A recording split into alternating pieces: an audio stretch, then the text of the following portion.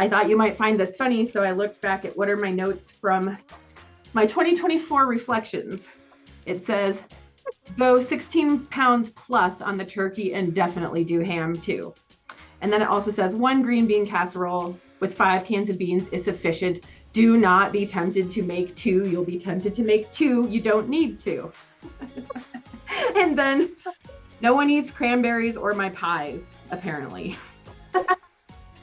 Welcome to Funeral Potatoes and Wool Mittens, a show for people who embrace the warm and cozy spirit of everyday living in the Midwest. From the blog Random Sweets, I'm your host, Stacy Mergenthal. I'm so happy you're here today.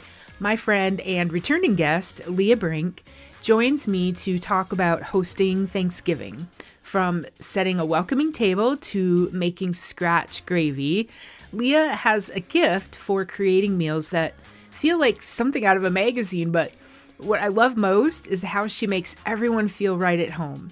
So whether you've been hosting for years or it's your very first Thanksgiving, this episode is full of tips, encouragement, and cozy inspiration to make your holiday meal joyful and delicious. Recipes and photos from this episode are on my website, randomsweets.com. Leah, welcome back to the show. Thank you. Great to be here. You did an episode, I think we did it together. It was in May of 2023. We talked about Vitamix, smoothies, salsa, homemade salsa, a lot of different things. You made margaritas in my kitchen with me I that day. remember that. That was a fun day. Yeah.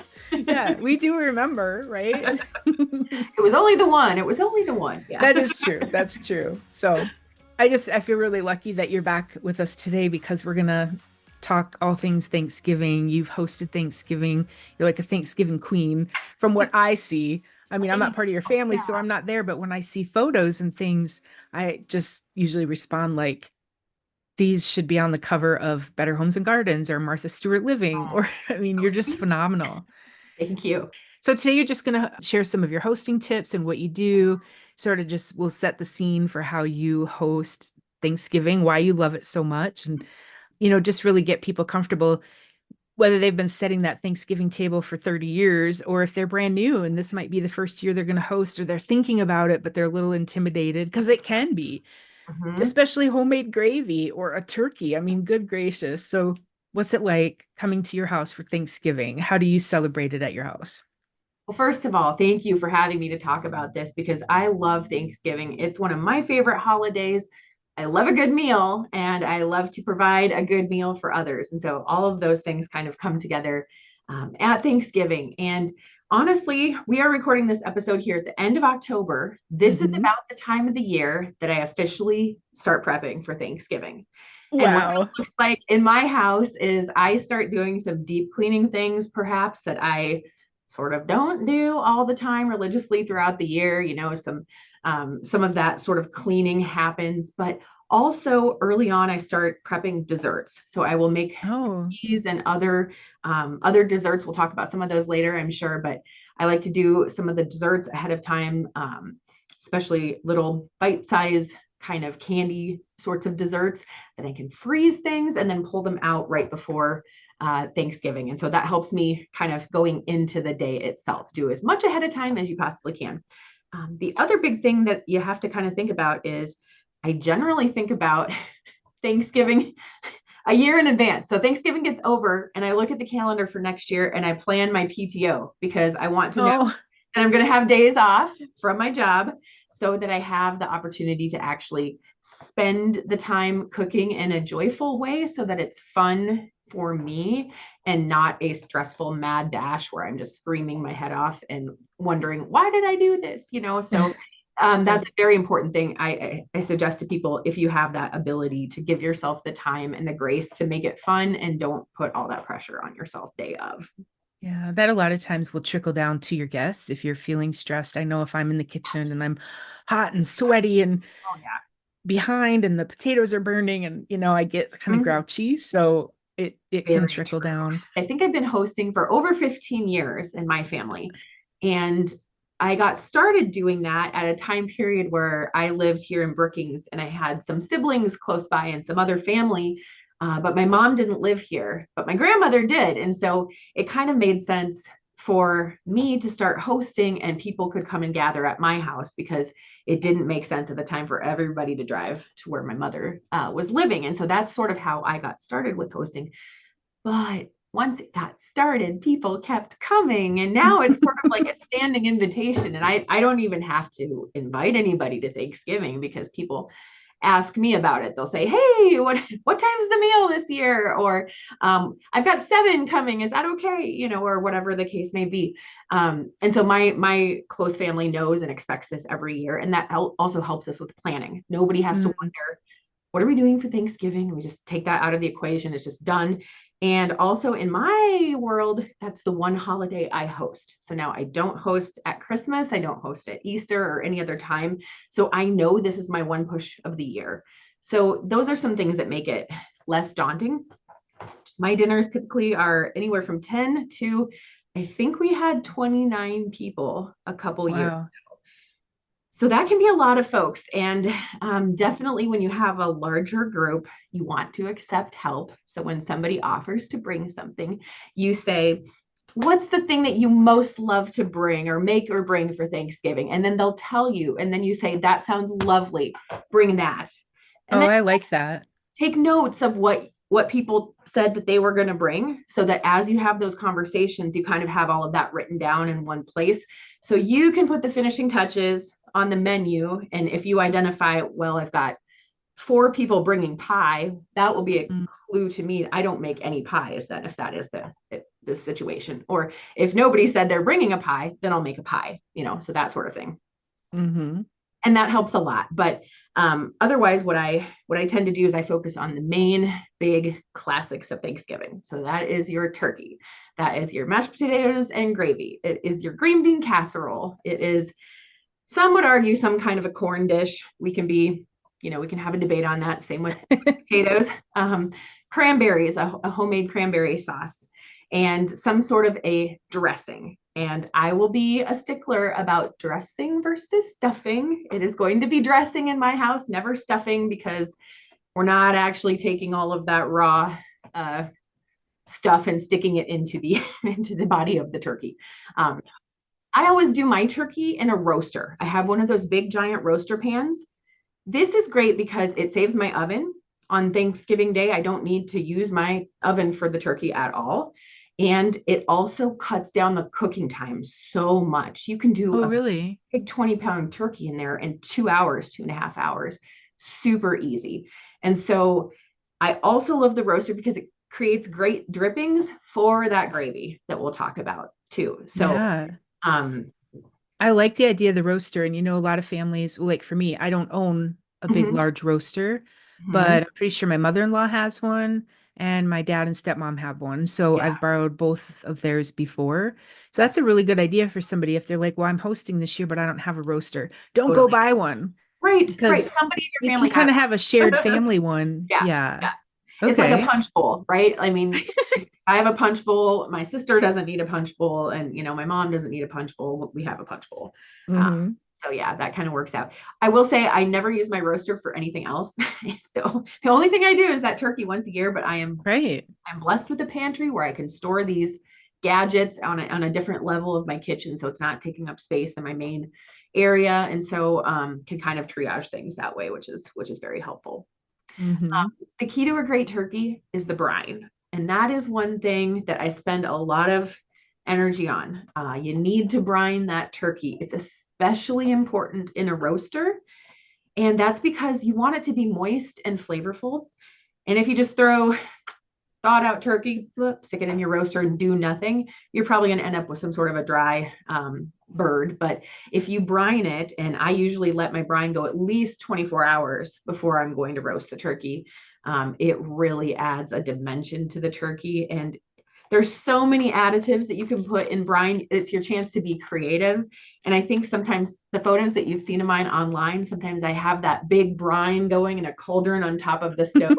Big, and it looks so beautiful because it's lemons and oranges and star anise pods and cloves and the sprigs of rosemary and sage and all of the herbs. And you can put real maple syrup in it or honey, all kinds of stuff. And a person could spend a lot of money on their brine. You can buy a Mhm. lot of bougie ingredients to put in that brine.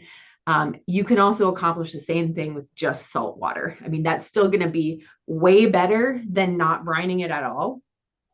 And that's a good recommendation for actually any type of poultry you're cooking. If you can brine your chicken breast before you roast them or cook them, that's something I always do too, because it just makes it better Yeah. afterwards. But yeah, so that's kind of the brine I will do on Wednesday, right? So I get to, that's one of the first things I do to actually start making the dinner. The whole like dinner process is you put all that brine together and then you stick your turkey in that. And then usually the temperatures are such outside in South Dakota that that can just go out in your garage overnight, Hmm. right?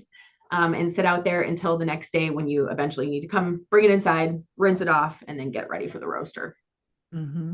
What do you use to put your turkey in? We do that, and we have a food safe bucket with a lid. Now Mm-hmm. you can get those at restaurant supply places like a Maxwell Foods, or I'm pretty sure I got mine at Walmart. It says it's a Mm-hmm. food safe, so Oh yeah. we only use it for the turkey brine. Yep. But what That do you use works. something different? We have actually used a cooler before, just a regular, like Oh, kind of a cooler, but sure. I am blessed with a giant, beautiful stock pot that typically fits a whole turkey and Okay. in it. So I use that. And then at the end, after the dinner and after everyone goes home on the Friday after Thanksgiving, I am picking all the meat off those bones and I'm then boiling down that carcass right in that same stock pot. Then to make the turkey broth and everything to use Great idea. the whole animal, so to speak. So Hmm. yeah, Do you use the same brine every year, or do you kind of just play with it and go, all right? I play with it, and that's a general theme. I would say, I do a lot with the standards for Thanksgiving dinner, but I look at each recipe that I have, and I have some printed off that I usually look at every year. But my approach to cooking this stuff is these recipes are templates only. It's Mm, an idea of what to do. I don't have to do it exactly that way, or my quantities are going to vary, so I can just be creative with it that way. So no, the brine is going to be a little bit different every year. Some years I might want to throw the $15 bottle of maple syrup into it, and some years I'm like, I don't need to spend the money on that. So that can definitely be one of those things that you can upscale or downscale, kind of depending on what your goals are. does the brine affect the taste of the gravy? Because one year we did like this really sweet brown sugary glaze on a ham. Hmm. Well, then the gravy tasted like that. Hmm. And then when I saved the bones and some extra Hmm. ham to make ham and bean soup later, then the soup tasted like that. Does the brine affect it? It wouldn't so much in the case of a turkey, because keep in mind I'm brining it, but then I'm rinsing the whole carcass out before I stick it in the roaster. So it doesn't have all that stuff in it when it goes into roast. So then the drippings that come out, yeah, they'll be flavored a little bit like that, but it's not so straightforward as the brown sugar As a example. glaze, yeah. Yeah, yeah, yeah. And Okay. actually, ham gravy is one that I haven't really spent much time on and haven't done much with, because it feels harder. It feels like it can go poorly so much of Oh, the that's the time. one that I've mastered more than anything Oh, else is the well, ham one. perfect. Then you can teach me how to do that. But like, I Yeah. typically go for beef gravies, using a roast beef or whatever kind of beef I'm making, or the poultry ones using a turkey, chicken, whatever I'm doing there. So, and Okay. if you want to go right into the gravy, we can talk about. Well, no, let's not yet. Okay, okay. Because I because I want to also not just talk about the food, but give Yeah. us a visual of, Ugh, and I'm hoping that you'll share some pictures because I you have the will. most Yeah. beautiful tablescapes. And I'm guessing that you probably switch that up every year too, I because do. knowing you, you don't Yeah. just cookie cutter everything every year and it looks the same and it's gorgeous. So Thank just you. tell me about your table. And I bet you set that ahead too. I mean, Yes, absolutely. So I am blessed to have a large dining room, and in my dining room I have two dining room tables. Now they both have some leaves, and when I don't need them, they can both be kind of, you know, shut, and it's not such a large table. But for Thanksgiving, I get out all the leaves of both of these tables, and then they are arranged end to end so that you can really seat about 18 people around these two tables. man. That becomes the big dining room table for Thanksgiving. I also love to get a centerpiece, and that is one of the big elements of the table. I always get a real floral centerpiece. And I'm going to give a shout out to my friend Sherry over at Hand Tied in Brookings because she makes Yeah. my centerpieces every year, and they are gorgeous and stunning, and people always love them. And they're very noticeable in those pictures. And so I like to make a long, kind of an oblong one that fits kind of on a table runner, and so she'll do Oh, shape like that. So it doesn't take, so it's not an obstacle guests are looking over, and it can stay right there during the meal. So that's a hmm big thing.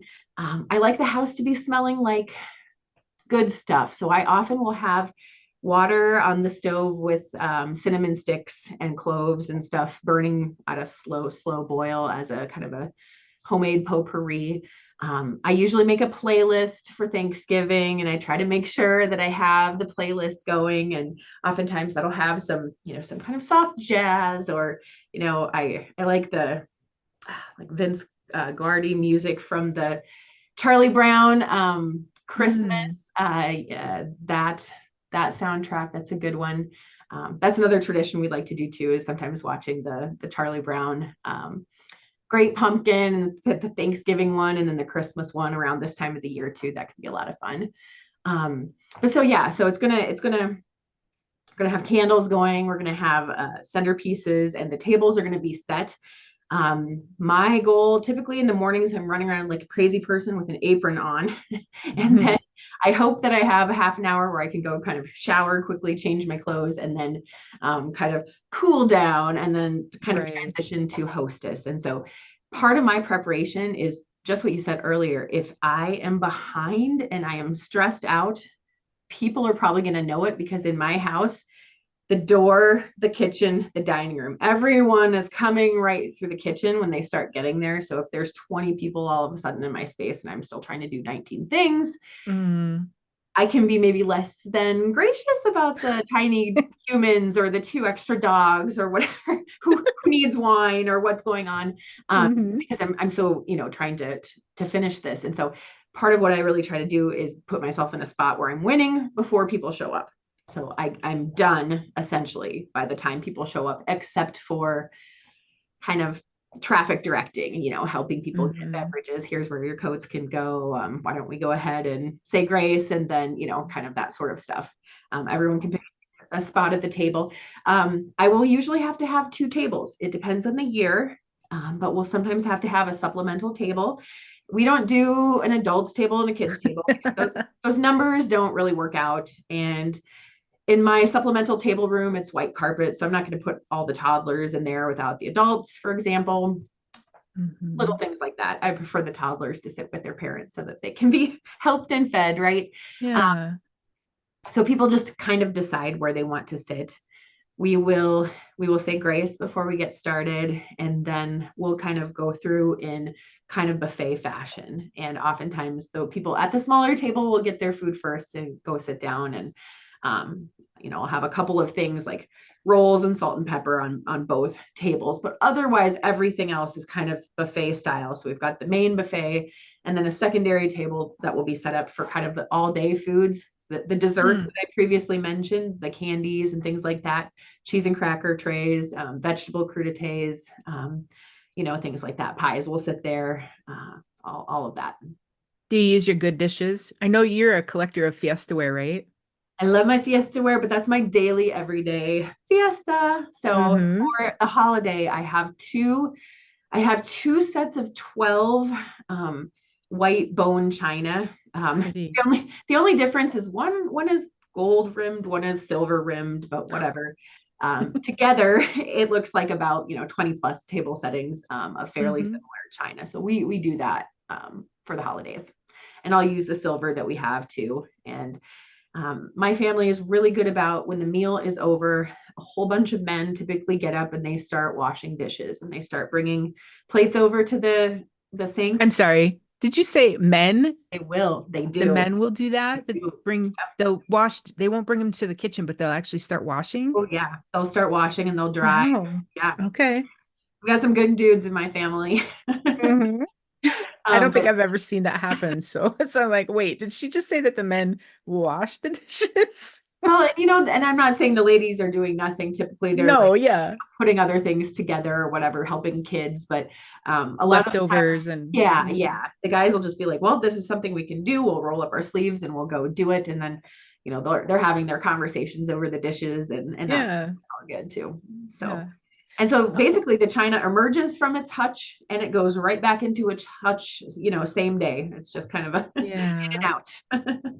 Are there, so you said you'll play with a couple of the dishes, but are there any like signature dishes that you make that if you messed with it, people would just be so upset because Yeah. it's not the same as what you do and you just don't mess with tradition?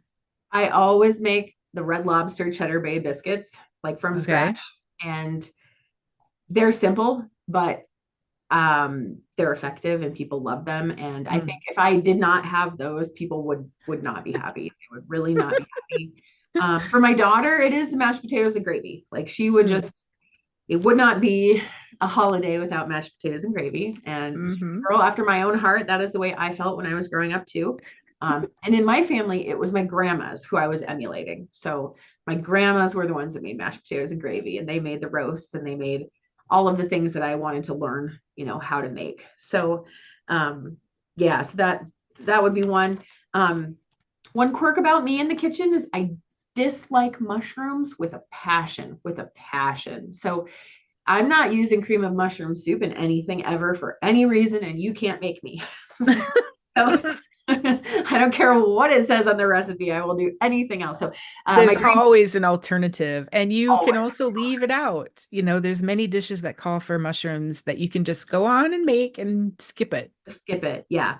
But I do a green bean casserole without cream of mushroom soup. So I just, find different recipes and like lean into those. Um, Same. yeah. And then something that is a little less traditional, but I do it every year is I'll do some sort of baked mac and cheese, like a Southern Oh, style mac and cheese with a bunch of different cheeses in it and just rich and heavy. Um, I think you're going to ask me at some point, like how I cater to different palates in the Thanksgiving dinner or different people's dietary restrictions or anything like that. Short answer is I don't. I don't think about that at all. It's not my job to worry about your dietary restrictions. If you're coming to my house, you get what you get. hmm, But what I try to do is I try to make sure there's a whole lot of different dishes, and some things won't have meat, and some things will be, plant-based only or whatever. So I'm not going to make a big thing out of it, but there are usually options for people to eat if they are looking for something alternative.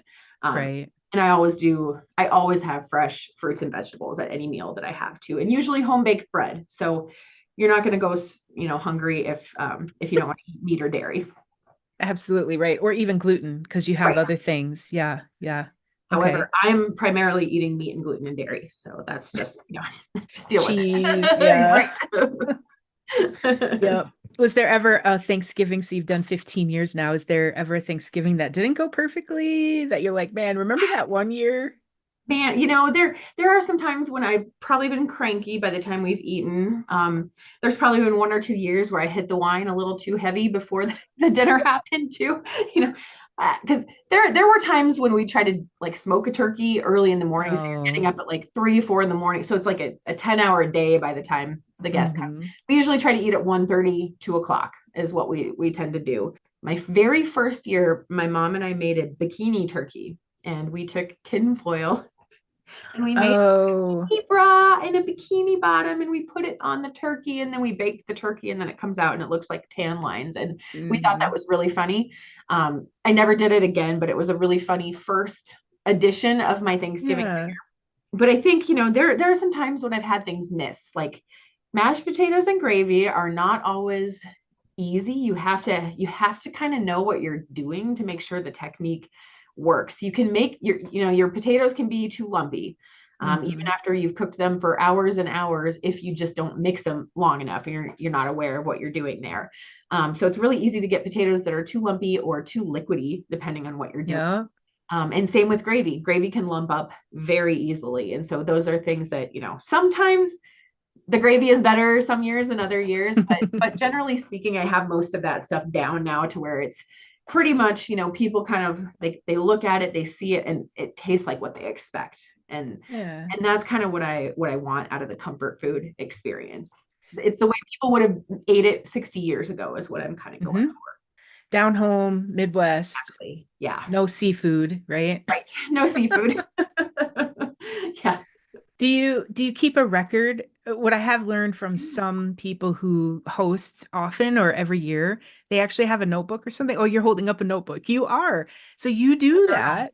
I do. Yep. This one's been going for about 10 years. So I didn't keep records prior to that, but now I've got a Okay. few pages from every year. So I thought you might find this funny. So I looked back at what are my notes from my 2024 reflections. It says, go 16 pounds plus on the turkey and definitely do ham too. And then it also says one green bean casserole with 5 cans of beans is sufficient. Do not be tempted to make two. You'll be tempted to make two. You don't need to. And then no one eats cranberries or my pies, apparently.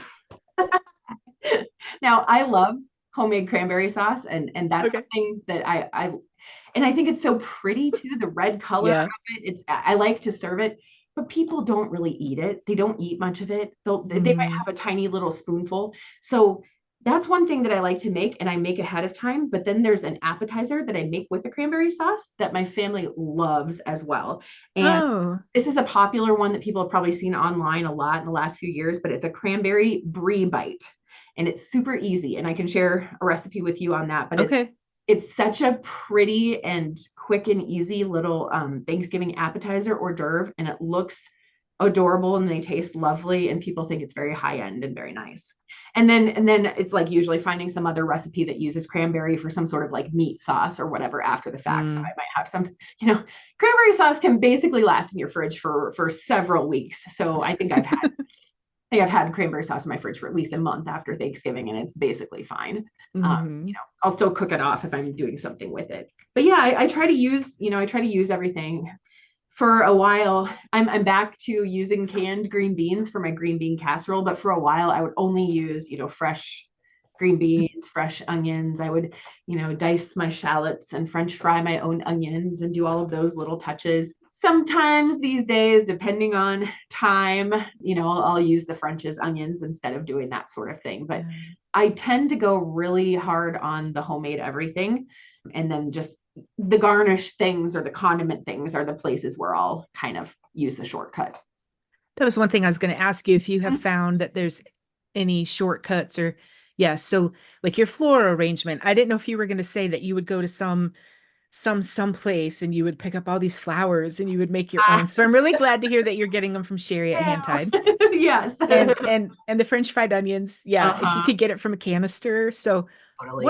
what are a couple of those things that you've just mentioned actually, like the French fried onions, but what are some of the things you're like, it's just not worth doing homemade. Nobody knows the difference, can't tell the difference. It's so time consuming. Pie crust for sure. You don't need to make your own pie crust. Even my grandma told me that back in the 90s. She said, I just don't make pie crust anymore either because doesn't it doesn't matter, Leah. They're not better, and no one can tell. And I said, okay, Grandma, and I took that to heart. So I never mess around with that. There have been times when I've done things like instead of using a canned or creamed soup because it's so processed, I'll try to use like the flour milk based Hmm. equivalent, make my own sort of thing. But again, it just kind of depends on the time and what you're doing and what the goals are and how it has to all come Yeah. together. Yeah. I mean, sometimes those things are worth it. So, say like the French fried onions. Yes, if you're just at home, you're making smash burgers for you and Josh, right? Yeah, Then and you want the French fried onions to be the topping yes, and it's worth that, but not when you have 18 other different plates and things to be making. exactly. Yeah, yeah. And I definitely take that approach. So it's like if you're feeding two people and you're making some fish, well, I'll do a nice homemade tartar sauce with that if I want to Mm, have that sort of thing. But yeah, if you're feeding 25 people, they're getting fish sticks and they're getting that tartar sauce from the jar or whatever, it's right. yeah, you have to work with what you've got. But the desserts I tend to do different things than what people might expect. So a couple of the recipes I was going to share with you are actually Hmm. my Snickers candy because people freaking love it. And that is a 4-day process. And then my grandma's ginger snap recipe that I've been making for 30 years as well. Oh. And they're so good. People just love those. And then oftentimes during Thanksgiving week, I make my beer cheese soup.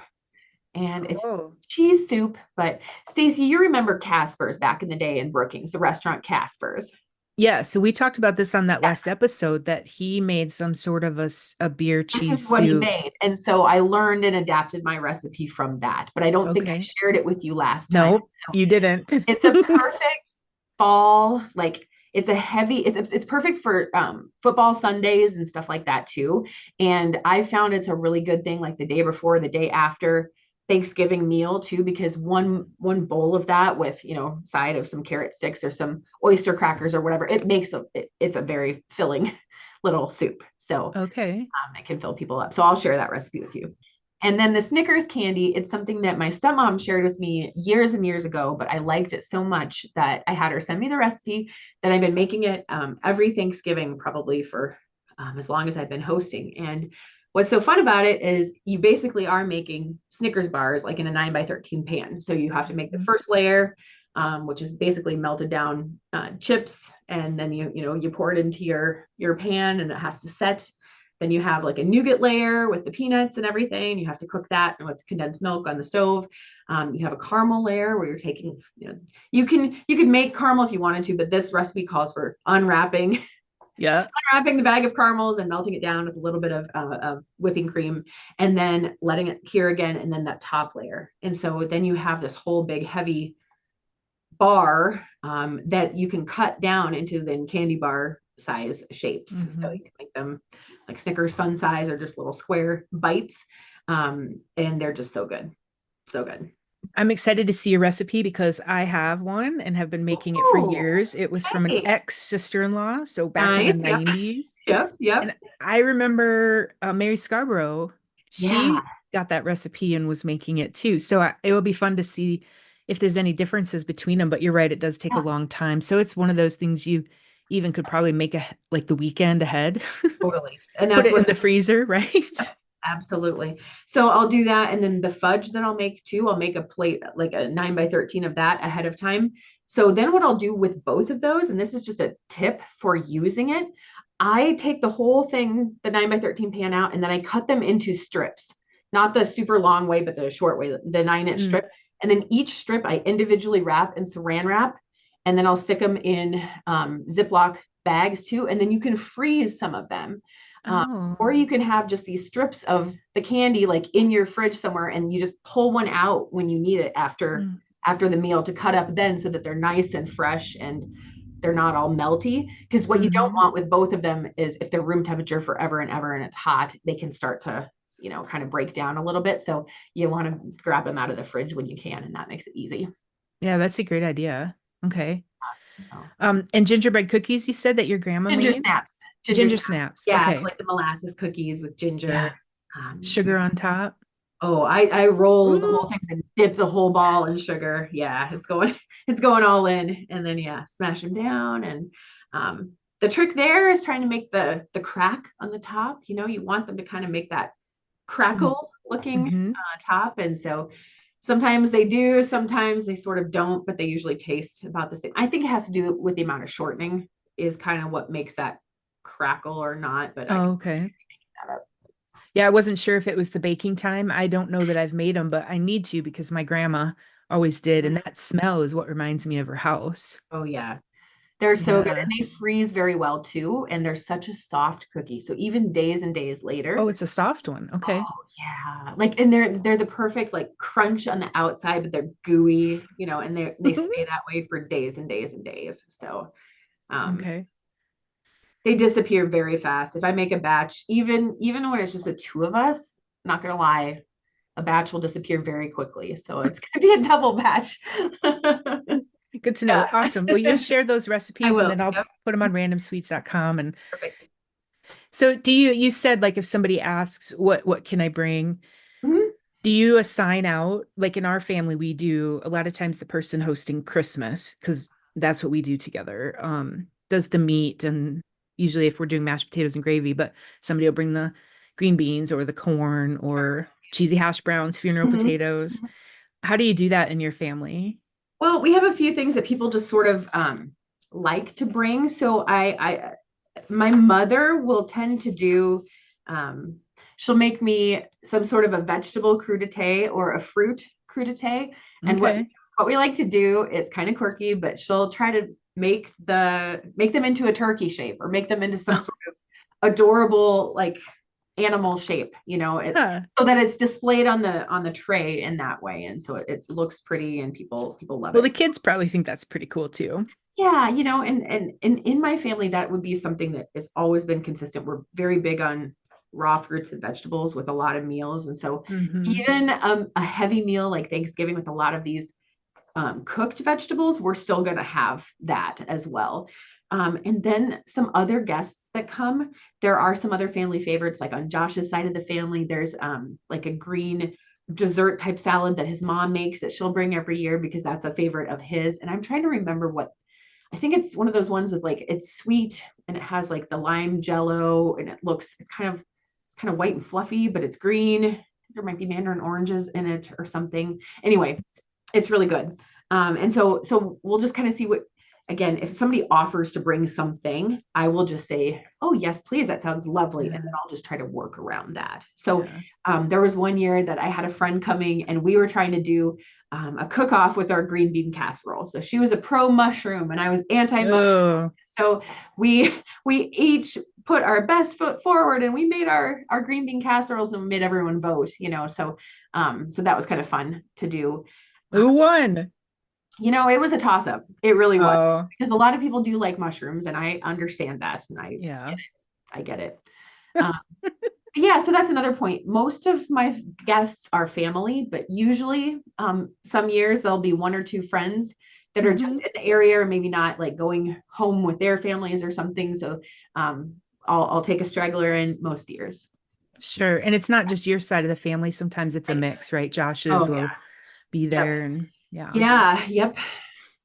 What do you, okay, so when you think back to how you started and where you're at now, and there's Mhm. a lot of things here. I've just kind of taken a few notes because you learn hosting and you learn what's important, what's Yeah. not important, and how to kind of manage time and things. So if somebody's listening and they're like, I've never hosted a Thanksgiving, but I'm young and getting married soon, or probably Uh-huh. have a family in the next few years, and this will be something I'll want to do, how would you tell them to kind of start and, you know, That's a host a really, Thanksgiving or really any holiday? It doesn't have to just be yeah. Thanksgiving. So for a lot of kitchens, most American kitchens have one oven. So you have one place to bake things. That is going to be your limiting factor in most kitchens. And depending on the size and scale of the meal you're trying to put on, you might have to think about things that you can cook alternatively. So what can you cook on the stovetop? What can you put in the crock pot? What can you use a roaster for? And all of that. One of the things that I did about 10 years ago as I was trying to figure out how to get all these different hot things done, and by hot things, I mean 9 by 13s of the mac and cheese or the corn or the beans or all the different things, the rolls, the dressing, how does that all stay hot and done at the same amount of time? So really what you need your oven for the last hour or two is to be rotating all these things in there to keep them hot if you have a whole bunch of things. So a thing that helped me a lot is I just made myself a template on a piece of paper. I started with, okay, if we're eating at 2 o'clock and the turkey's supposed to rest for a half an hour and it's this number of pounds, so it's going to take 2.5 hours to cook. So it needs to be in the roaster by this time. And then I'd work back with every single other thing. So, okay, mashed potatoes, they're going to take 2 hours to boil in this massive stock pot on the stove. And then it's going to take 2 rounds of sticking them through the mixer. What is the time going to take to do that? And then just start writing all this stuff down on one piece of paper so you know what things need to bake when and in what order, what things are on the stovetop, what things are in the oven, what things are alternatively being cooked. I will tell you, I have had some experience with crock pot mashed potatoes. And that is one thing I just recommend you just don't even think about it. It's not a great idea. They're just never as good. They're never as good. Even if you cook them the old way, and mash them up and then transfer them to a crock pot, the act of sitting in that crock pot on low temp or whatever, they just don't taste as good to me. So, um, that's something that I have learned. And so it tends to be actually your potatoes and gravy are the last things that you have to physically do as the cook before this meal can actually start. So um, that's a little bit tricky in my particular kitchen because, like I said, people get there and they are, grabbing drinks and they're talking to me and they're all kind of converged in this one area. And I still have to do those things. So Yeah. I've gotten comfortable by I just bark orders a little bit. Okay, hey, can you guys go ahead and I'll just tell Mhm. people to get out of the way if they can, and help me out a little bit there. And I'm not shy about asking people to help. Anybody that's around, I just say, hey, Joe, can you grab blah blah blah blah, or can you go take this down to the pantry, or whatever the Mhm. case may be. That's really helpful. So don't forget to rely on your family and friends to help you, and write yourself some good notes. And once I had that template down to where I'd be like, okay, I know I don't have to put my turkey in until this time. And I know that if I have these four things to bake and they need this amount of time, here's how I'm going to do that with the oven time I have available. And if you are doing something in a crock pot, how many hours does it, what time of the day does that have to start so that it's ready at the time that you're going to eat, those types of things. Mhm. And so start with the end in mind and then make yourself a plan. Yeah. Great points. Also, when you're one thing that I think I've learned over the years, when I always think this is taking so long to make, well, because you might be doing a green bean casserole that you've always done. Mm-hmm. Now you quadrupled it and it's taking Right. longer to bake. Or like Totally. cheesy hash browns, you're like, Yep. why aren't these bubbling in the middle yet? So sometimes if you're making more of a recipe, you may have to bake it longer. That's a good Mm-hmm. tip too. Yeah. And yes, we always want to be the superhero of the holiday, and you want your guests to just enjoy. So you feel like if I'm the host, I should be doing all the work. You Right. just go drink your wine and enjoy. But people do like to be helpful, and things go better if you accept help. And it's really good if you know which things you want, so that when somebody says, "What can I help with?" Yes. You're just like, I don't know. Just go drink your wine because you don't know. But if you think ahead to, um, you're probably not going to let them make the gravy unless they are the Right. gravy queen. Like Yeah. if you're at my house, Leah, I'm letting you make the gravy. Right. Here we go. But Yeah. but like Jason just Yes. knows he's gonna cut the turkey. He's the one that when that turkey's done, he needs to do that and then Absolutely. help me get the dripping so that then Yep. I can make the gravy. Exactly. And that my sister, maybe I'm gonna have her cut up something that you're not doing until right at the end. Or maybe my dad's bringing bread. Well, dad, now you need to cut the bread because you didn't cut Right. it before you brought it, Right. because we don't want it to dry out. So all those little things, but definitely to ask for help, and you kind of do it as a team and things go better. So don't be afraid to accept the help and know in your mind which things, like even if you have like relish tray stuff that you need people to put out, let somebody put the olives in the thing and put the Absolutely. crackers and the cheese out. Absolutely. Even the Yep. kids can help with that. It's fun. They They like that. totally And can. people remember doing that when they were a Yes. kid. And that's how they will learn and feel more confident doing it themselves if they get their hands in and can help. And so it's Hmm. good in those ways too. Yeah, you want kids to help, with that stuff. What you said is exactly right.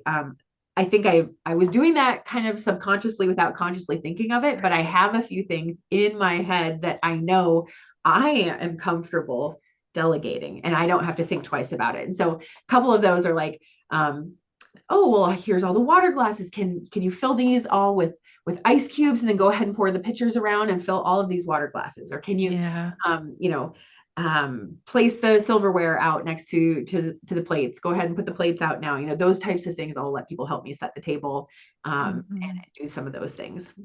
In the old hostess books and the old etiquette manuals, that some of the stuff is so throwback, but they talk so much about how you want your guests to feel. And so it's exactly what you said. If you're visibly stressed, if you are frantic, if you are anxietying all over the place and you're sweating from every pore, I mean, people take that cue from you. And I'm saying it because I've done that before. Same. I've been the host Same. of those holidays. And I Yep. realized, well, that wasn't fun for anybody to watch that whole shit show go down. And I've seen other relatives do that. And I've remembered how I felt like, okay, Yeah, backing up slowly. right. But then you also remember the people that made you feel at ease. And then Hmm. think about how nice that experience was and what were they Right. doing that And so just putting yourself in that mindset, I think, is really, really important. And I Mhm. know that I fall on my face sometimes with that. I get, the stress gremlins will creep up a little bit, but that is my coaching to myself, is to try to prep. If I can prep, then I feel confident about it and I know what I'm doing. I have my plan. I know I've already thought about everything. I make so many shopping lists the week of Thanksgiving, for the last things that I Mhm. need. Um, Mhm. and so there's always a running shopping list going. So like I know, I'm gonna make this trip like 4 days ahead of time. And then here's the 3 day ahead trip. And then Yeah. here's a 2 day ahead. This is the last one, except for it's usually not. And then, but you have that kind of method of making it happen. So I think about that Yeah. every year too. And it's something you said early on that I'm still thinking about because what happens is, yes, you get up really early in the morning on Thanksgiving Yes, Day or whatever holiday that you're hosting. You're doing all this stuff. We haven't showered and done your hair because you're going to be in this totally. hot kitchen. Yeah, yeah. I guarantee you, Leah, that almost every holiday that I've hosted, if I look back at photos, if there are any photos of me, Right, I look horrible right. because the Yep, last thing that got put on the list was, okay, now go shower and get ready. And the shower might have happened, but the hair didn't get done. totally. And Yeah. so then you feel that too when you're hosting. And so do really work ahead and make sure that you're taking that hour or whatever you need to just calm down and get yourself Absolutely. ready, Yep, dress the way you want and yep. and whatever. And I know it sounds weird. And if a guy is listening, they're like, what are you talking about? You just hop in the shower and comb your hair. Oh, For a lady, that's not as easy as it sounds. And it exactly. does affect how you feel. So make Yeah, sure you take that time to do that. It's because absolutely. it's the last thing that happens, and then it usually doesn't happen because you run out of time. Exactly. And you do feel so much better if you have that confidence and you can come in and then, you can put yourself together and then Yeah. be a guest at your own table is basically the Oh, I love that. with that Yeah. too. Like once the work is done, just enjoy it. And so basically my Super Bowl is all the things leading up to the meal. Once the meal happens, I kind of take my control hat off. Mm. And then however the day continues to unfold is going to be a matter of who is there, what are we doing, how many kids are around, How many bottles of wine do we how much have? wine is left, are we playing a game? Are some people going here or there to another relative's house? What are we Oh, doing? yeah. You know, Good um, point. and so I'll do as little as I can. I will say garage fridge is my favorite thing ever. Garage fridge with garage freezer, only about 20 paces from my kitchen fridge and Mm. freezer. And then also in my garage, we have a nice big workbench that doubles as cold storage during Thanksgiving time too. So the bars, the pies, the turkey carcass and the ham carcass after we eat, oftentimes all that stuff goes out there overnight, to be stored, until I can pick the bones clean and do all Yeah. that processing stuff, Yeah. which I don't usually do till the next day or the day after. Yep. Yep. It's fine sitting there. All right. Oh, Well, let's talk gravy. about gravy All because I right. love gravy and I love mashed potatoes. Yeah, So, why is it worth it to you to make homemade mashed potatoes and gravy? because I love them myself. And so I learned early on how to self-soothe, and there's not always going to be a really good cook around you to make you the mashed potatoes and gravy that you want to have in your life. And so you need to take this on yourself and make them for yourself. And so I did. All And right. both of my grandmas made really good gravy.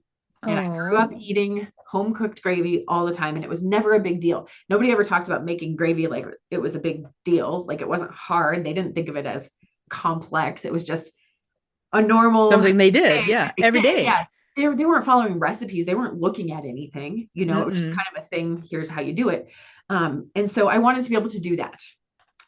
Also, in my family, you had the baked potato camp and you had the mashed potato camp. And I was firmly in camp mashed potatoes. And I hated baked potatoes so much.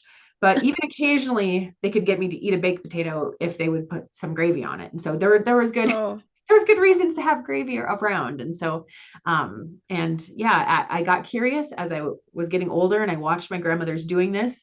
They used potato water, they used glass jars and flour, and basically that's the method that I use today. So so I'll have you. Oh, go yeah, ahead. I can walk you through it, and I'll just walk you through how I would do it with my turkey for this Thanksgiving. So Yeah. the turkey is going to be in the big roaster. Okay. So you don't put anything else in with the turkey when it's roasting. I'll have maybe rubbed all the skin with butter ahead of time so that it kind of Mm-hmm. crisps up. But there's nothing in the bottom of the pan when you start the roasting. So everything that comes down is just pure juices from the bird. So you do need a turkey baster. You need one of those, globe ended suction cup thingies that you can use to um, suction up that liquid.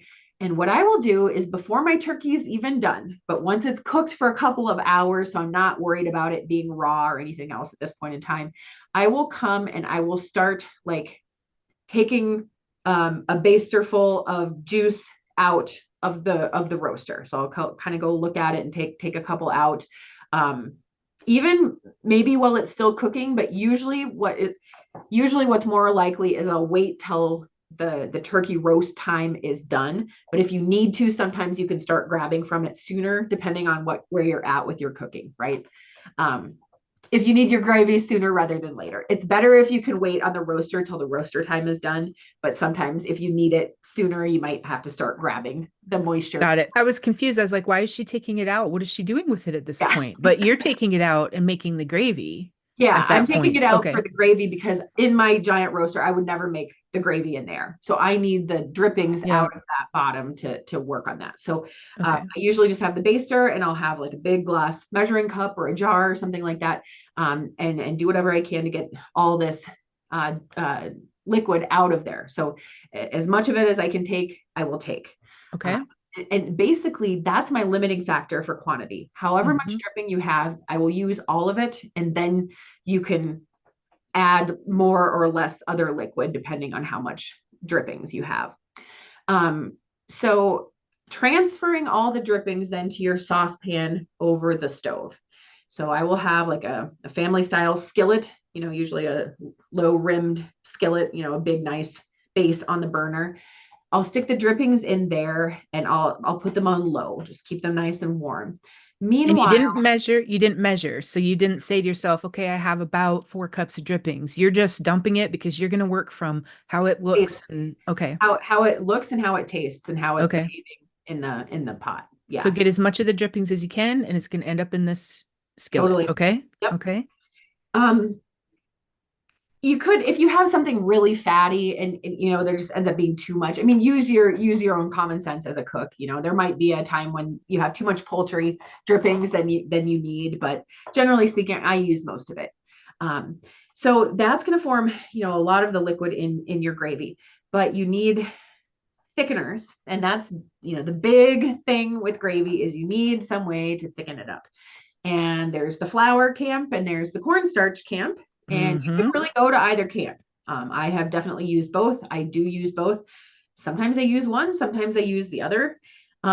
Generally speaking, I think flour is going to maybe leave you with more of that white texture, the creaminess sometimes, whereas sometimes cornstarch will be a little less likely to add that white texture to your gravy. But they function a lot the same. The way my grandma taught me to do this is that she would take potato water. Okay, so this would be the water from boiling your mashed potatoes. And the reason you want to use potato water is because it's all the nutrients from your potatoes that's already boiling into this water. So it's starchy and it has the actual nutrients from the potatoes themselves. So then you take that water and you use that as the rest of your liquid for your gravy. That's more healthy than just getting tap water and starting from that way. So you Well, and have that's one thing with our elders, right? Is they learn to use every single, totally they did not throw a single thing away. right. Like a cucumber, a Right. shaving, that would go in a Jello salad. I Uh-huh. mean, Uh-huh. potato water is like Uh-huh. gold. Yep. And plus it also does taste really good and make things taste better. So Yeah. And just that, like pasta water. exactly. Yeah. Mhm. Okay. And in fact, I've known people that would take all of their potato water and it goes into the freezer too to be the basis for soup. Yeah. If they're making soup ever, then that's their, Save it. Hmm. yeah, absolutely. So anyway, I use potato water. And so you have all Okay. that starch. So I'm mixing some potato water in with the drippings just on its own, to get about the right amount of liquid. And again, I'm not a measurer here, so I'm going based on kind of look and feel. Um, knowing that I still have to thicken up this whole thing. So I mix some potato water and the drippings together. They're cooking on low, and by cooking I mean you want to have it to where it's almost ready to boil, but at that very low and slow kind of temp. To thicken it up with my glass jar method, essentially what I'm doing is I'm putting about a few tablespoons of the flour or the cornstarch in the bottom of my glass jar. Then I'm using my potato water. One thing to be careful of here, don't use the boiling hot potato water in your glass jar, because when you screw the lid on and you shake it up, your jar is going to explode. Boom. Mhm. And I have had that happen before, and that is not a fun thing to incorporate into your Thanksgiving day. So you want the potato water like a bit cooled down. So like oftentimes when I'm just boiling my mashed potatoes, it takes so darn long, but I'll start ladling off some potato water after they've been boiling on for a while. And I'll just ladle it off into the side into some other little bowl or some other little measuring cup or whatever for this purpose. So then that's going to start cooling down, and it's going to cool down for a while, so that when I'm ready to do this gravy thickening process, here's my potato water kind of closer to room temperature. Here's my jar and my thickness. Okay, put my powder in my jar, add my potato water, screw on the lid, shake it like a Polaroid picture. Just go for it. You want it. This is how you're getting all the lumps out of this. So the shaking is to basically turn this into a sludge. It's a slurry, like a white liquidy, thick liquid when you're done. So meanwhile, on your gravy, on your stovetop, keep stirring over here. You're starting to bring it up to boiling temperature. And then you want to slowly pour your slurry into this other mixture while you stir, and do it nice and slow, because now this is going to thicken up this gravy. And so you get it all poured in, and then you have to keep cooking low and slow to eventually get that boil. But you don't want it to be too intense. You don't want to overboil it, overcook it. Um, Again, low and slow. Everyone's burners are a little bit different. So, just kind of go by feel there. And that's when I start tasting it. And then I start seasoning. So sometimes the meat you're cooking is really salty and sometimes it's not. So you really do need to taste your gravy, because you're not going to know how salty your stuff is unless you taste.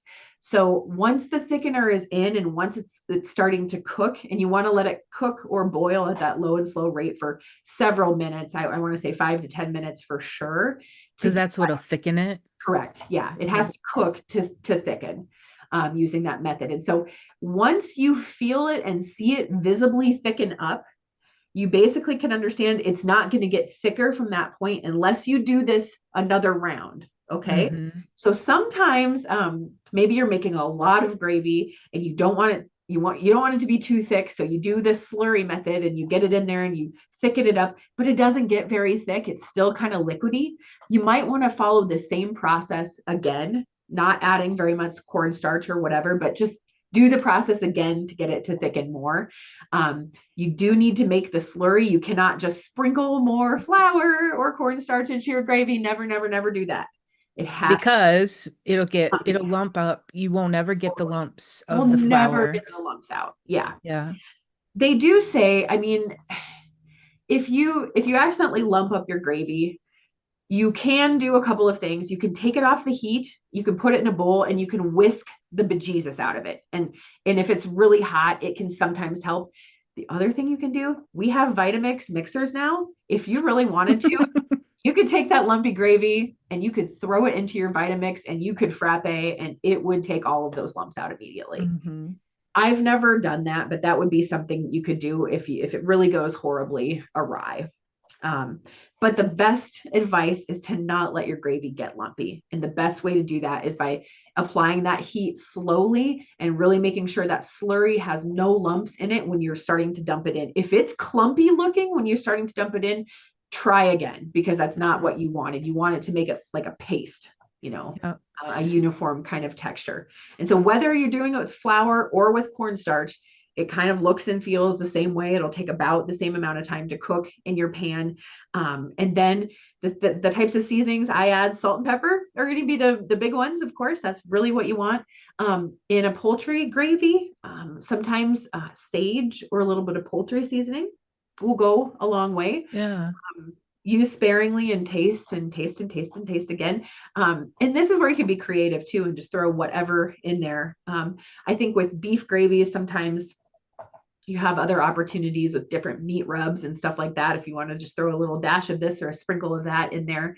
The other gravy I really like to make is just good, solid beef gravy from a roast. And so in that gravy, you start with browning your roast in your pan on the stovetop, basically all sides of it. That doesn't actually, and then I like to make my roast in the crock pot. So I don't Oh, actually get a whole lot of the juices then. I only have this browning from the stovetop searing that I've done. So in that gravy, I have to make my gravy right in that same pan.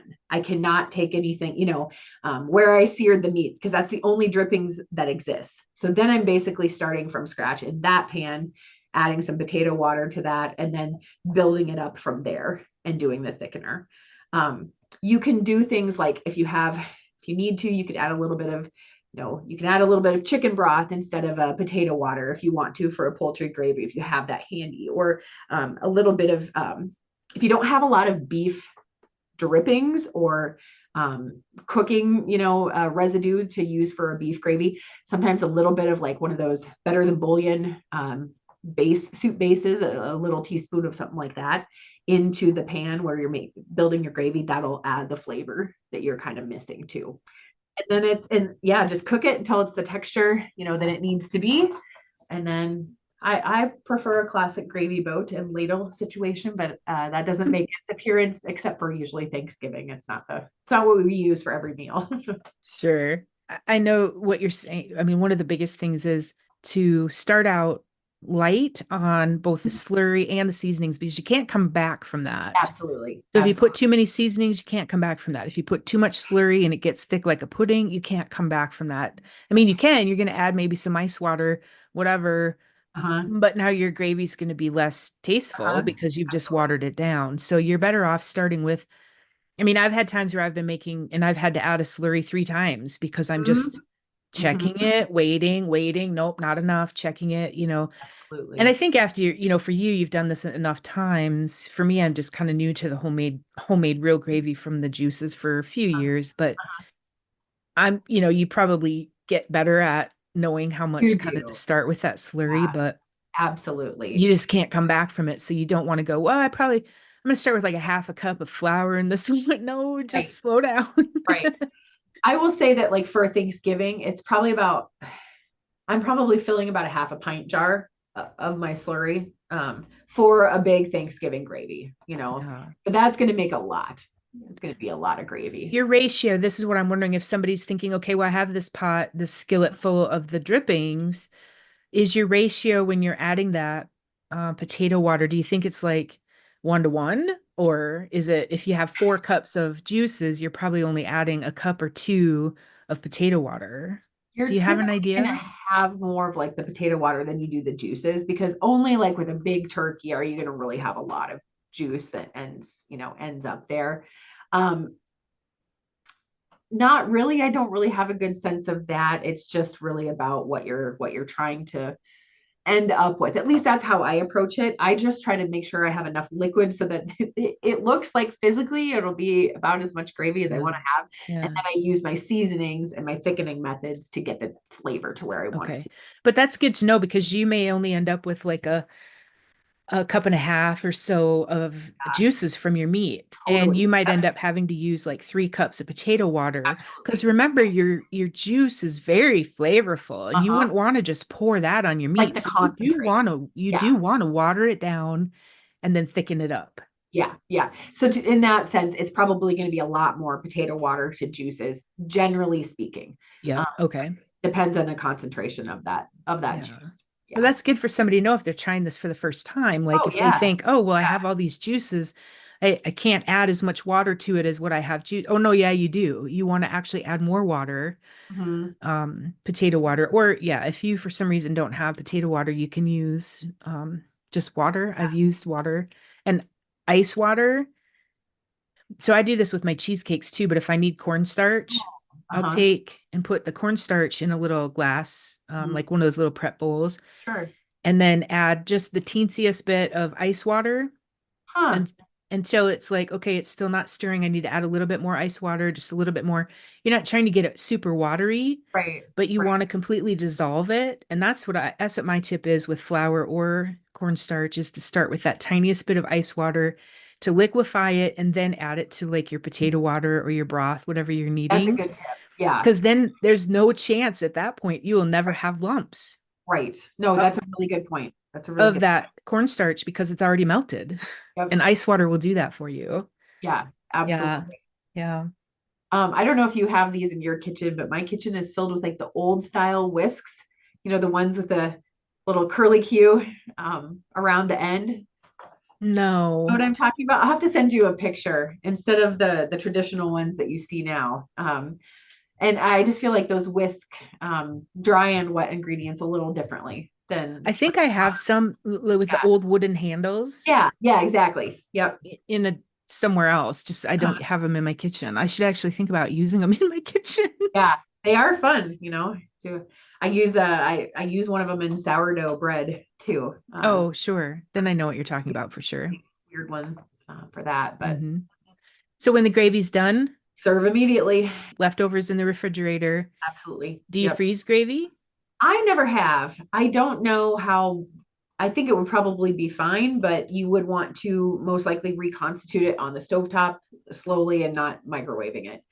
Sure. Microwaved leftover gravy also, this is the thing about mashed potatoes and gravy. It's never the same texture when it's left over the next day. That gravy never just turns back to Yeah. Smooth, that silky. liquid, yeah, silky texture because it kind of is congealed. It's got that cornstarch or flour effect in it now. So even no Yeah. matter how hot you get it, it's just not quite the same way unless you put it back onto the stovetop and kind of maybe put a dash of milk or water or something back into Hmm. it, re-whisk it all up again. Hmm. And milk is a good so I Milk think will work. when my so it would be my sister Heidi, when her mother-in-law Judy, she's kind of the one who was here for holiday. She's the queen of gravy. So Oh, she nice. came in and helped me, and she used milk, and it was ham gravy. She used milk and it was amazing. My So grandma used to make a ham gravy with that. Yeah. yeah, with milk, it was so good. But yeah, and typically I like to have leftover gravy because I want to have leftovers and I want to use the leftover gravy, but Yeah. to me, reheating anything in the microwave is horrible. I don't like to do it. I'll melt butter in there sometimes if I need to for a dish, but that's about it. It's amazing how little I use my microwave anymore. Yeah. It's kind of like, I don't know, I'm sort of over it. But Hmm. because I heard once that you're chemically altering all of the nutritional bonds of all of the food. If you microwave it, it's changing Doesn't surprise me. molecular makeup of it, so it's not the same thing as it was. And so Yeah. that's something to think about, I suppose. But yeah, who knows? Maybe the microwave will be the gadget that kind of fades out as everybody got an air fryer, and we learned some of these other things. Well, yeah, I mean that when you look at social just changes in our ways of cooking and methods and Yeah. cookbooks, and we talk about the like with community cookbooks and how what they looked like in the 1920s, 30s, and then when microwaves or when refrigeration came on the scene and what you could do, and then when microwaves came or Jello came on the scene, everything had Jello, even like tuna stuff with Jello. Oh, And some of now those. it's air fryers and we're not microwaving things anymore. And Right, it's right. all about the appliances and what's available in the kitchen. I mean, Totally. prior to that, it was electricity and Oh, cookbooks. right. When you didn't have electricity, the way things were done was different. Well, I mean, I think that's a good place to wrap it up, right? Tools in the kitchen that are changing a lot. AI is one of the new disruptors. And I know you're kind of like me in the sense that we like our physical books and we like a physical cookbook or whatever. I went through the whole Pinterest era where I tried to save recipes on Pinterest and go back to them when I found them. I now hate cooking off of my phone. I hate it. I hate it. Hmm. Also, maybe it's just because I'm getting older and my eyes don't work as well, but I just don't want to read a recipe on my phone. So I have a binder now where I print all Oh, my recipes that I use repetitively, and they're in laminated sheets. So they're protected. I can spill and splatter on them and they're fine. And if I want to add a note on something, I just pull the paper out, scrawl a little note, really good, or this is crap. none of them say this is crap because I wouldn't put it in the I was binder gonna say you if wouldn't it put it was back in there. You're if it was so crap. Yeah. organized. I know. Yeah. So that's something I do. And now with AI, like I think, you can use a chat GPT very creatively in a cooking world and something like this, like a recent example, I was looking to make a queso for some event. And I was like, I have these 6 random cheeses in my fridge in these random quantities. What kind of queso can I make with this? And so I fed those amounts and those cheeses into chat gpt and I said, give me a queso recipe that focuses on these ingredients and blah blah blah blah, and boom, had it immediately. And it was good. It was really good. And so that's kind of a fun way that you can modify some of Mm. these things too. Or you might want to get a recipe for something. You say, oh gosh, I need like 14 times that amount, or I need you to give me like 1/4 of the quantity, or break this down. So using AI creatively to just give you recipe amounts and ratios differently. Those are some of the things that I've been using it for. Sure. And just ask basic questions. Like I've been in the kitchen before and I'll be like, hey, Google, what's not half of something? Because I can figure the math out on Right, that. But right. if it's something trickier than half, I might have to ask Google to Yeah, help me. yeah, I know yeah. everybody's rolling their eyes, but I'm No, an I get it. English person. I'm not a math person. So What's a you third just, of 3/4 of a cup, or whatever, yeah. Or I'll say, what can I substitute? Because I think I saw a recipe recently and it said to use something teaspoon of Ascent seasoning, ACCENT, I think. Well, I don't have that. I didn't know what it was, which it looks like you can actually just buy it at the grocery store. But I said, what can I use in place of that? I just said, hey, Google, what can I use in place? And it told me, here's a couple ideas, and it worked. So that's a great point too. Yeah. Yeah, no, that does help a Mm. lot. And so Yeah. those things can get you out of trouble too. If you're having a minor emergency, or you're melting down, or you have a problem with your recipe, my recipe looks like this. What did I do wrong? I think Oh. AI could help you with some of those things in a moment too. So if you're Mhm. contemplating your first Thanksgiving and you start to have a mini meltdown, ask your co-pilot, ask your chat GPT, grok it, Yeah. whatever. Well, first ask your mom. Yeah, mom or Please, grandma. please Yeah. ask your mom or grandma because we want to help, or your aunt. Yes. So, Very good yeah. point. Very good. Yeah. Well, I don't know. I love how you make Thanksgiving. It's personal, it's memorable. I'm sure you make everybody feel really special. It's a very Thank you. pretty. So I Yeah. can just imagine walking into your home with all these beautiful cinnamon smells and the food Yes. and a glass of wine and the candles, the pretty table and everything. And I'm sure people love it. It's a And lot of fun. yeah. Yeah. But before we wrap things up, I want to Oh, do a really quick sure. fire around with you. Ooh, fun. Rapid fire. I know. So I'm just going to toss you a couple questions. Sure. Just say the first thing that comes to mind, right? Got It's it. like a game show. Yeah, yeah. Well, gosh, a couple of them that I had here, you've already answered because I say stuffing inside the bird or baked separately. We already know you don't do Uh-huh. inside. Cranberry sauce or homemade, Uh-huh. canned or homemade, and you're making your homemade. Homemade. Yep. Do turkey, pumpkin or pecan pie. Oh, pecan.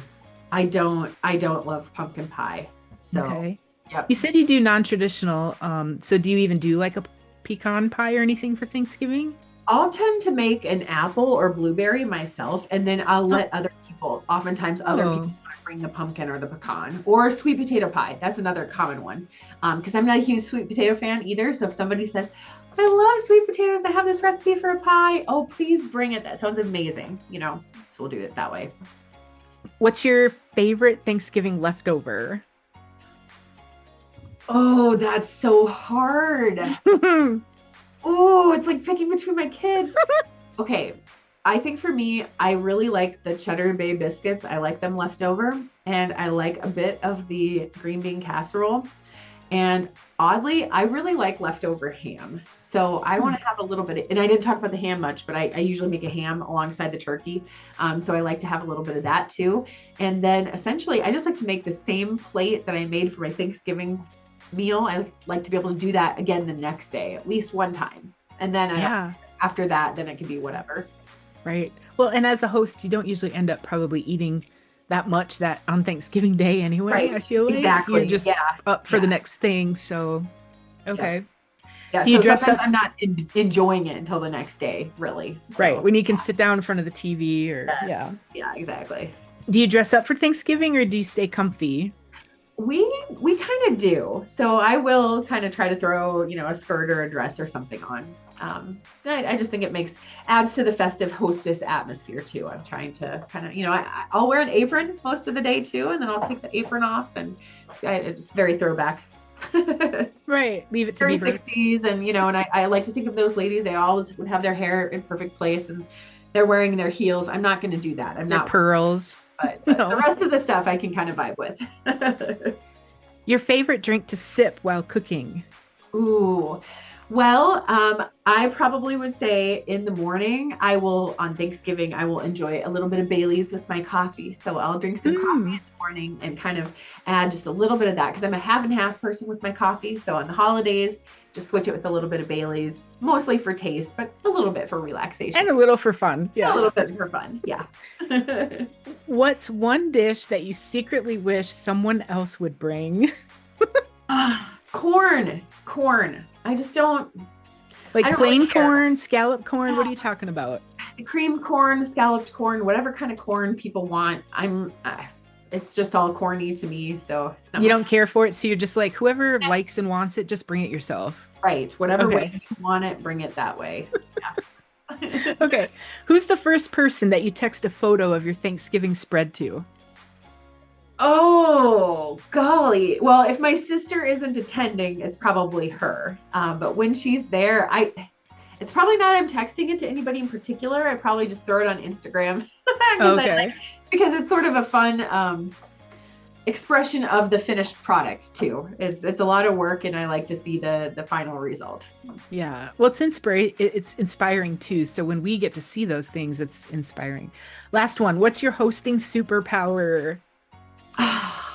Flavor. Flavor. Yeah. I mean, I don't make low fat things. I don't look for those types of shortcuts. I'm looking for things to taste as good as they possibly can. So that's using all the seasonings and good ingredients too. I'm a big believer on really good ingredients. So I try to buy very nice ingredients for the Thanksgiving meal, and a lot of fresh herbs and spices, and using all of that stuff in the cooking. So Great answer. thank you. You just have such a gift and a flair, for just making people feel welcome. And I just appreciate that you would be willing to share your stories and your tips and your recipes. So we'll get those, and I'll share those on the blog. And It's so fun, and just remember to be grateful for all the people in your circle. And that's the best thing. It's a time to reflect, and going into the busy holiday time. I love Thanksgiving for that purpose. It's just a time to stop and say, I'm grateful, and thank you, Lord. And now here's the next thing, Christmas coming down the line. But don't stop and not savor Thanksgiving. It's a great stop on the way to Christmas. And I just really dislike how everybody goes right from Halloween decorations all the way to red and green. And I just like, let's savor a moment here for Thanksgiving. Right. Thanksgiving's about the people. You're right. And being grateful and just getting together, and the food. And it's not about gifts. And we don't have, like, the kids don't have Thanksgiving concerts and all these programs and things. Yeah. So it really can be a time to slow down and enjoy it and be grateful. Families to gather and be together, and games and all of that good stuff. And watching Charlie Brown or whatever. Yes. Did you say that? Yeah, we like to do that. And also when I'm cooking, I will have the Macy's Thanksgiving Parade on my TVs too, because it's just kind of a fun tradition too. Well, I'm grateful for you. I know that, Thank you. Leah. Thank you. Likewise, Stacy. Thanks for having me today. I appreciate it. Happy Thanksgiving. Thank you. To you as well. I hope you picked up a few new ideas and feel just a little bit more confident, and maybe even you're excited about hosting Thanksgiving this year.